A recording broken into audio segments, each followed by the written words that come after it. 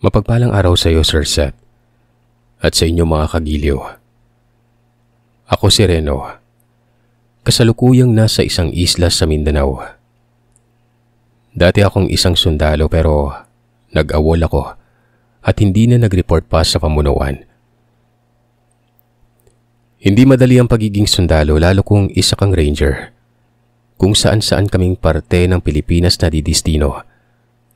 Minsan ay 6 na buwan o taon pa ang bibilangin bago namin makausap ang aming pamilya. Pasalamat na lamang kami kung sa lugar na aming mapupuntahan ay walang kalaban.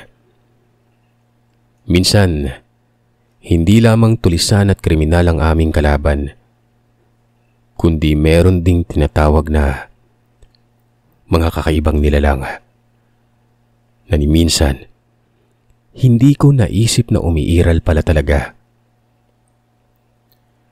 Lumaki ako sa bulubundukin na bahagi ng Canlaon, sa Negros Occidental, kung kaya't hindi na bago sa akin ang umakyat at bumaba ng bundok.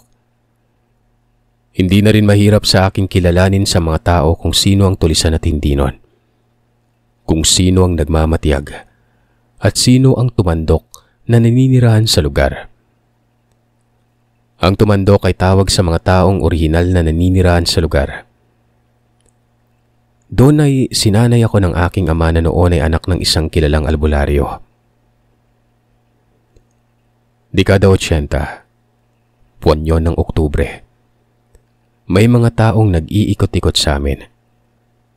Ang sabi, naghahanap sila ng mga lalaki na gustong sumali at maging isang sundalo. Yung buo umano ang loob at handang makipaglaban para sa bayan. Nung una, wala akong pakialam at medyo hindi maganda ang paningin ko sa mga sundalo. Marami kasing kaibigan ng lolo ko na mga tulisan. At madalas nilang kinikwento ay kung paano apihin ng taga-gobyerno ang mga mahihirap na tao. At ang mga sundalo umano, bayaran ng mga nasa gobyerno. Yun ang madalas kong naririnig na pinag-uusapan nila. Pag-alis na mga ito ay tinatanong ko naman si tatay kung totoo ba ang mga sinasabi ng mga yon. Pero iba ang pahayag ng aking ama. May sariling adikain ng mga yan, Reno.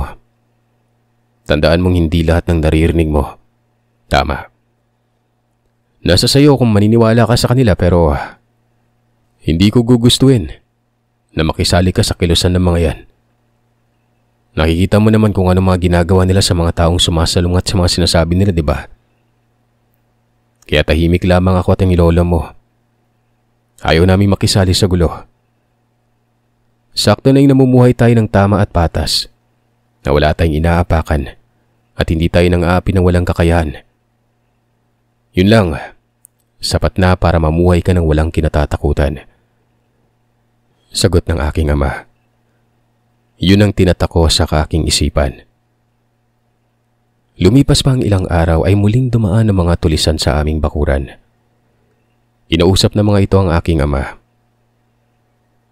Adring, ano na? Matagal ka na naming inaalok na sumama sa samahan na. Bakit ba ayaw mo? Tanong na mga ito kay tatay. Pre, alam niya mang hindi para sa akin yung samahan. Ayos na ako sa normal na buhay, pre. Biglang umiba ang aura ng taong kausap niya sa sinagot ni tatay. Pre, baka mamaya mabalitaan namin na ikaw yung nagbibigay ng impormasyon ng mga kuta namin, ha? Ayaw naming malaman na ganun, pre. Siguro naman ayaw mo kaming kaaway, di ba? Di ba, pre? Sabi nito kay tatay. Gusto ko lang ng tahimik na buhay, pre. Ayoko na maraming iniisip at pinoproblema pa. Sagot naman ng aking ama nun. Mabuti kung ganun. O siya, sige. Alis na muna kami. Wika nito. Sabay tingin kay tatay mula ulo hanggang paa. Maayos naman na natapos ang araw na yon. Hanggang sumapit ang ika-3 araw. Niyaya ko ni Tatay Adring na mangaso sa bundok ng Canlaon dahil maraming usa at baboy ramo sa lugar na yon. Nagtatakip silim na nang nahuli namin ni tatay ang baboy ramo. Masayang masaya kami dahil may kalakihan yon. Doon ay bigla akong inabot ng tawag ng kalikasan kung kaya't nagpaalam ako kay tatay na magbawas muna sandali nun. Nang pabalik na ako, nakita ko ang 3 lalaki na kausap ni tatay ng mga nagdaan. Sinasaktan siya ng mga ito, Sir Seth. Malaking tao si tatay kung kaya't kahit papano ay nakakalaban siya dito. Dahil sa takot at para hindi na mag-alala ang tatay na baka madamay pa ako, hindi na ako lumabas sa pinagtataguan ko noon. Tahimik na lamang akong umiiyak habang pinapanood ko kung paano nila patayin ang aking ama. Walang awa nila itong pinagsasasaksak. Animoy mga baliw na tumatawa habang sinasabihan nila ito na pati kami ni Lolo, papatayin din nila. Pagkarinig ko ng sinabi nila ay hindi na ako nag-aksaya pa ng panahon. Dali-dali akong umalis sa lugar. Takot na takot at nangihina akong umuwi sa bahay. Takang-taka si Lolo nun kung bakit umuwi ako mag-isa. Nanginginig ang tuhod ko na sinabi ko sa Lolo Nesto kung ano ang nangyari sa bundok. Gulat na gulat at napamura si Lolo pero mas inuna nito na umalis na kami sa bahay. Wala kaming dalang kung anong gamit at tanging ang bayong lamang na naglalaman ng kanyang mga kagamitan panggamot. At ang bag na may lamang mga damit namin ang aming daladala. Huminto na lamang kami sa paglalakad ng marating namin ang istasyon ng mga sundalo. Doon kami nanatili. Pinagbigay alam namin ang nangyari kay tatay. Ang mga sundalo na ito ang bumalik sa lugar kung saan kami nakatira at ang bundok kung saan siya pinatay ng mga tulisan. Pinuntahan din ng mga sundalo na yon. Kinuha ang nangangamoy ng bangkay ng aking ama. Inilibing na lamang nila ito. Tanging si Lolo na lamang ang nagbindisyon sa kanyang bangkay. Awang-awa ako sa aking lolo dahil halos hindi niya matanggap ang sinapit ng aking ama. Doon, Sir Seth, pumasok sa isipan ko na maging isang sundalo. Pero dahil bata pa ako noon at hindi pa pwedeng magsanay bilang sundalo, sinamahan ko na muna si Lolo sa panggagamot. Hanggang sa masanay na ako sa kanyang ginagawa. At habang tumatagal ay natututunan ko na ang manggamot at nalalaman ko na kung anong klaseng sakit ang dumadapo sa tao. Kahit hindi pa man ako tinuturuan ni Lolo sa panggagamot nun.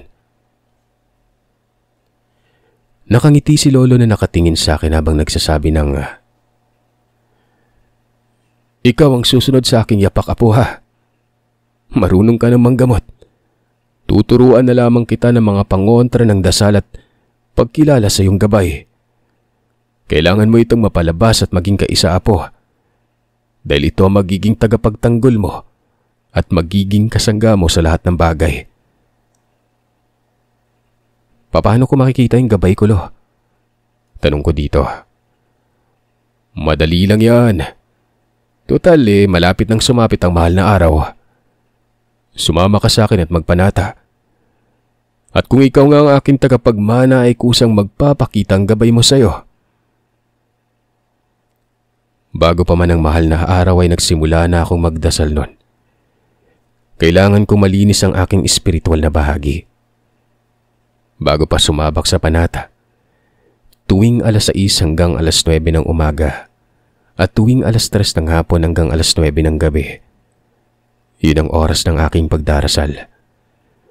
Tuwing Martes at Biyernes ay nagdadasal ako ng 9:00 ng gabi hanggang 11:00 nun. Sa madaling araw naman ay 3:00 hanggang 5:00 ng umaga. Sa una, mukhang mahirap. Pero nang masanay na ang katawan ko, hindi ko naramdam ang hirap o di kaya ay pagod.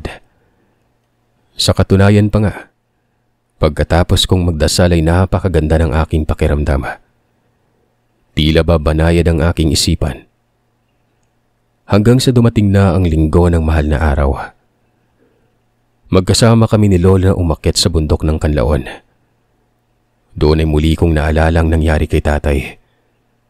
Pero sa panahon na ito, magkaiba ang direksyon ang aming inakyat ni Lolo. Hindi kami dumaan sa dati naming tinitirahan at ang aming dinadaanan ay animoy hindi ko madadaanan kahit na minsan.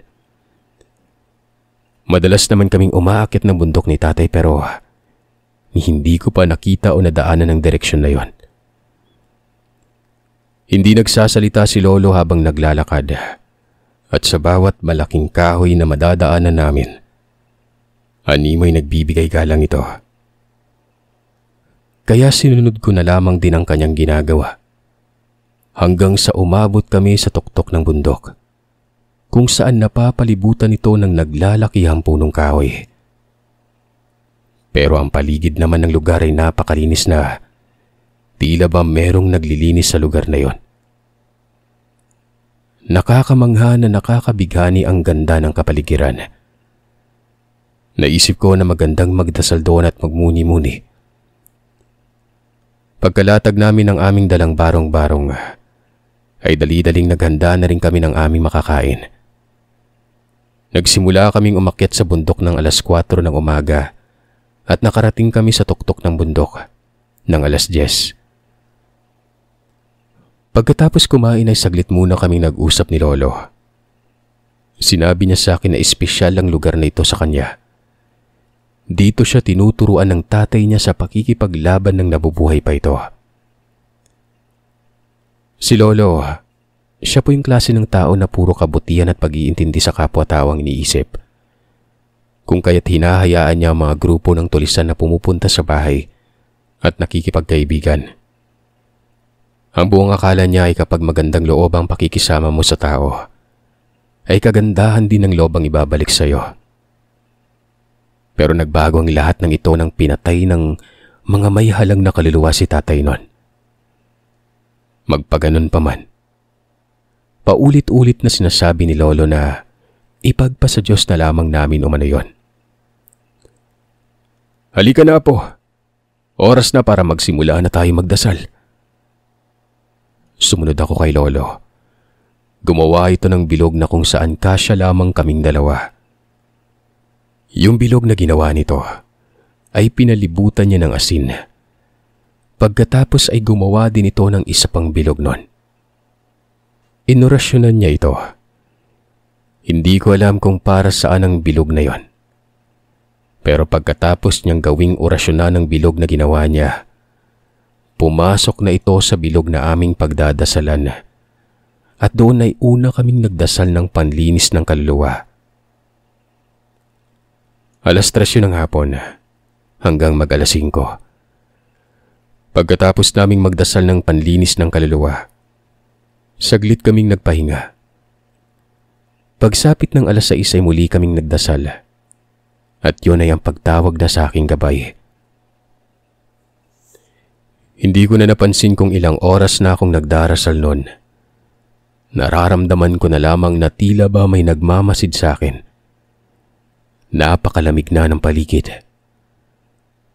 Maya-maya pa ay naramdaman ko na bigla na lamang bumigat ang balikat ko. Pero kaagad naman pumasok sa isipan ko na baka ito na ang gabay ko. At sinusubok lamang ako kung kaya't kahit anong bigat nito sa balikat ko ay hindi talaga ako nagpapadaig. Pilit ako nitong pinapatumba sa pagluluhod pero nilalabanan ko ang lakas nito.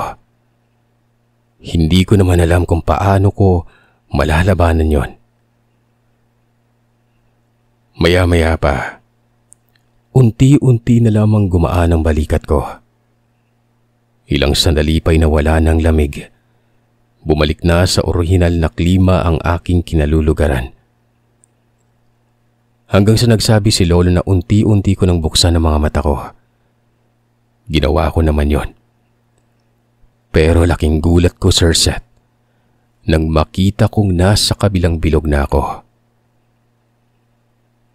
Lolo, paano ako nakarating dito?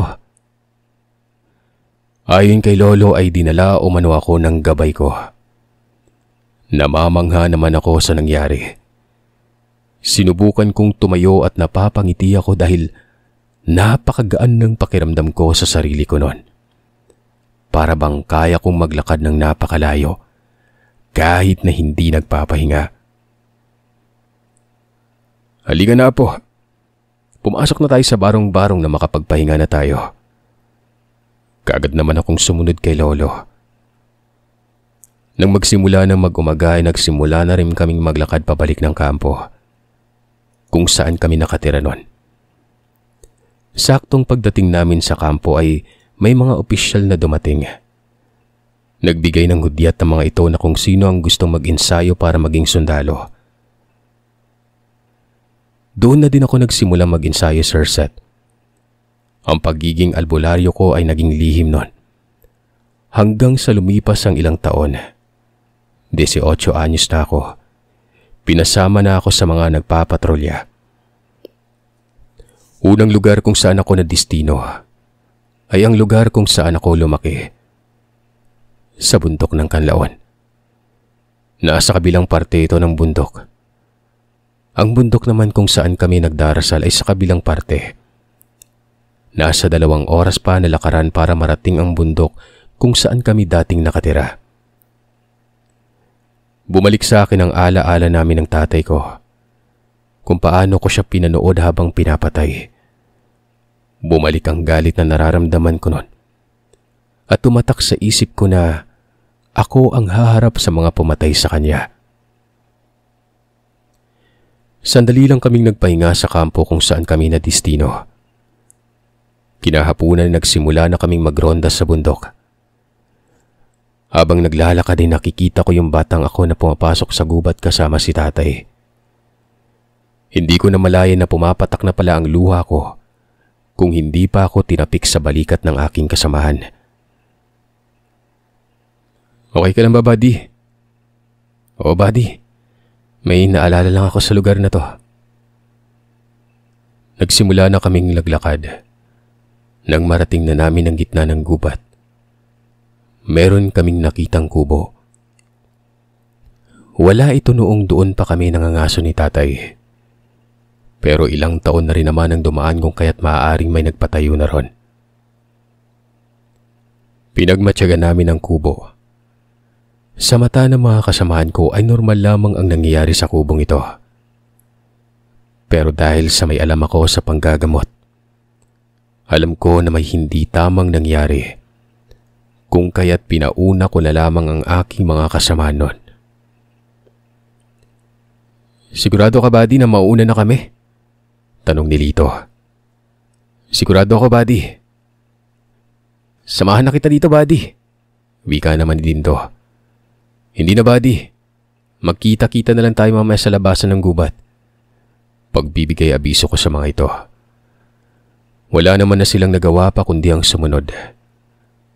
Pagkaalis nila ay umusal ako ng sabulag. Inikot ko ang kubo na yon. Alam kong nararamdaman din ng nilalang ang presensya ko kanina kung kaya't rinig ko ang pag-angil nito. Ilang sandali pa ay tumahimik na ito kaya alam kong gumagana na ang sabulag na inorasyon ko noon. Maya-maya pa, naririnig ko ang mga ungol sa loob ng kubo kung kaya't naghanap ako ng lugar na pwedeng masilipan para makita ko ang loob ng kubo na yon. Nang nakakita na ako ng pwesto at nasilip ko ang loob nito, nakakita ako ng 3 tao na nakatali. Yung isa ay wakwak na ang tiyan at wala ng lamang loob. Kung kaya't alam kong aswang ang nagmamay-ari ng kubo na yon. Ang mga tao na nakatali sa loob ay kilala ko. Sila ang mga tulisan na pumatay sa tatay ko noon. Maya-maya ay nagsalita ang isang nakatali. Nagmamakaawa ito sa nilalang, nakalasan sila. At tinatanong niya kung sino ang nilalang. Doon ay sumagot ito ng, "Bakit? Nakalimutan niyo ba kung sino ang pinagtangkaan niyong patayin? Ilang taon nang lumipas. Nawalay sa akin ang aking ama at anak. Ginawa niyo akong demonyo Wika ng nilalang. Adring, huwag mong sabihin na ikaw yan. Sabi ng tulisan. Adring, ibig sabihin, hindi lang ako ang ginawa niyo ng kademonyohan. May iba pa. Nagkamali ka ng binanggit na pangalan. Hindi ako si Adring. Pero kilala ko yung taong yun ha. Napakawalang hiya niyo talaga, no? Isa din pala si Adring at ang pamilya niya sa ginawa niyo ng hindi maganda. Kung demonyo ako dahil sa itsura ko, mas demonyo kayo. Wika ng nilalang na yon. Buntis ang asawa kong ginahasa niyo. 3 taon lang ang panganay kong anak ng pinagsamantalahan at pinatay din ninyo. Nagkamali kayo nang hindi niyo ako napuruhan. Wika ng nilalang na yon. Sabay sunggab sa lalaki at winakwak ang tiyan nito. Sumisigaw ang lalaki habang hinihila ng nilalang ang bituka. At kinakain ito habang nakatingin ito sa mga mata niya. Tamin mo ang sakit at hapdi, demonyo kayo. Kung ano ang nararamdaman mo ngayon, 10 beses ang sakit sa ginawa niyo sa pamilya ko noon. Kaya asahan niyong uubusin ko ang lahat ng tulisan sa lugar na to. Wika ng nilalang. Pinanood ko kung paano lantakan ng nilalang ang tulisan at ang kasamahan nito. Nandidiri man ako sa nasaksihan. Wala siyang nikatiting na awa na nararamdaman sa mga tulisan na ito. Umalis ako sa kinaroroonan ng kubo. Bumalik na lamang sa lugar kung saan ang napag-usapan naming magkita-kita. Kinabukasan, binalikan ko ang kinatitirikan ng kubo na yon. Noong una, hindi ko pa to nakita pero nang orasyon na ako ng pampawala ng sabulag, nakita ko rin ito kaagad. Kumatok ako. Mukhang nagulat pa ang nilalang na nasa loob. Mang Celso, si Reno ho ito. Ang anak ni Adring. Pagpapakilala ko at muling kumatok. Binuksan naman ng nilalang ang pintuan. Nagtataka habang nakatingin ito sa akin. Paano mo na lamang nandito ako? Maaari ba tayong mag-usap ng Celso? Lumabas ito ng kubo at umupo sa labas ng bahay. Pasensya ka na. Hindi kita mapapapasok sa bahay ko. Sabay angil nito. Wala akong balak na masama sa Mang Celso. Nandito lang ako kasi narinig ko yung lahat kagabi. Isa ka ng albularyo, Reno. Kung gano'n, ikaw ang sumunod sa yapak ng lolo Nestor mo. Diretsang wika ng nilalang na yon. Opo, pero wala pa akong balak na galawin ka. Nalulungkot po ako sa nangyari sa pamilya mo, Mang Celso. Alam ko magkaibigan kayo ni tatay. Pareho sila ng sinapit ng pamilya mo. Nakita mo ba kung paano siya pinaslang, iho? Opo, nakita ko. Bata pa lang ako noon. Dito nila sa gubat din na ito pinatay si tatay. Napakahayop na mga taong yon. Sila yung dahilan kung ba't ako pumasok sa pagkasundalo. Naisip kong ako ang tutugis sa kanila. Pero yun nga, nagulat ako kagabi na makita ko yung kubo mo at malaman yung mga nangyari sa pamilya mo. Ikinalulungkot ko. Pinatay ang pamilya ko, Reno, at ang tatay mo sa magkaparehong araw. Pareho kami ng pananaw sa buhay ng iyong ama. Ayaw namin ng gulo. Pero ang mga demonyong tulisan ay iba ang pag-iisip. Pinagbintangan kaming magre-report sa mga sundalo. Pinatay nila yung tatay mo. Ganon din ang ginawa nila sa pamilya ko. Muntik na din akong mamatay. Tinapon nila ako sa gilid ng ilog kung saan nila kami naabutang magpamilya. Binaboy nila ang asawa at anak ko bago pinatay nun. Wala akong magawa. Itinali nila ang kamay at paa ko. Binusala ng bibig ko. Itinapon nila ako sa ilog. Nakita ko ng isang matanda. Tinulungan ako na muling mabuhay pero sa isang kondisyon. Kailangan ko umanong tanggapin ang bertud ng pagiging aswang nito. Yun lang ang tanging paraan para mabuhay ako dahil puno ng saksak ang katawan ko. Yun ang dahilan kung bakit ako nagkaganito ngayon. Hindi ako hihinto hanggat hindi ko nauubos ang pangkat nila. Kaagad ko siyang kinausap noon at nagsabi ng, gusto kitang tulungan sa paglipol sa grupo ng mga taong yon, Mang Celso. Yung mga kagaya nila, walang puwang dito sa mundo. Dapat sa kanila mawala. Huwag na, Reno. Hayaan mong ako ang uubos sa kanila. Nang sa ganon ay makuha kong hustisya na aking inaasam-asam. Salamat sa tulong mo. Dahil sa sinabi nito ay kaagad ko nang inabisuan ng aming platoon commander para sabihing wala namang mga tulisan sa lugar. Ang naroroon ay mga hayop sa gubat at napakadelikadong ahas. Kaagad na kaming pinababa papunta sa kampo. At dahil wala namang gaanong nangyari ay pinabalik na kami sa kampo kung saan kami nanggaling. Nanatili kami doon ng 2 taon. Hanggang sa hindi na kinaya ni Lolo Nisto ang kanyang katandaan. Nagpahinga na ang katawang lupa nito. Sa pagkawala ni Lolo ay dumami ang nagpagamot sa akin. Kahit yung ultimong nagpapatrolya kami. Kung may madadaanan kaming ginagambala ng mga lamang lupa o hindi kay engkanto at inaswang, ginagamot ko ito. Hanggang sa ipadala na kami ng aking grupo sa Mindanao. Doon ay iba't ibang nilalang ang nakalaban namin. May tulisan, may ibang relihiyon, at higit sa lahat ay ang aswang. Nanatili kami sa Mindanao hanggang sa ang kasamahan ko ay nakagawa ng kalokohan. Naanakan niyang naging nobya niya sa isang anak na magsasaka. Gusto ng pamilya nito na pakasalan niya ang babae pero hindi ito maaari gawa ng may asawa ito at mga anak. Dahil doon ay nagkagulo-gulo ang aming operasyon. Pinatawag kaming lahat sa kampo. Noong mga panahon na yon ay may nakilala na rin akong isang dilag na nagbukas ng aking puso. At dahil sa takot na hindi na ako makabalik sa lugar, nagdesisyon ako na mag-awol na lang. Hindi ako bumalik sa aming kampo. Sa halip ay nanatili ako dito sa may Mindanao. Dito na ako nakapag-asawa at magpasa hanggang ngayon.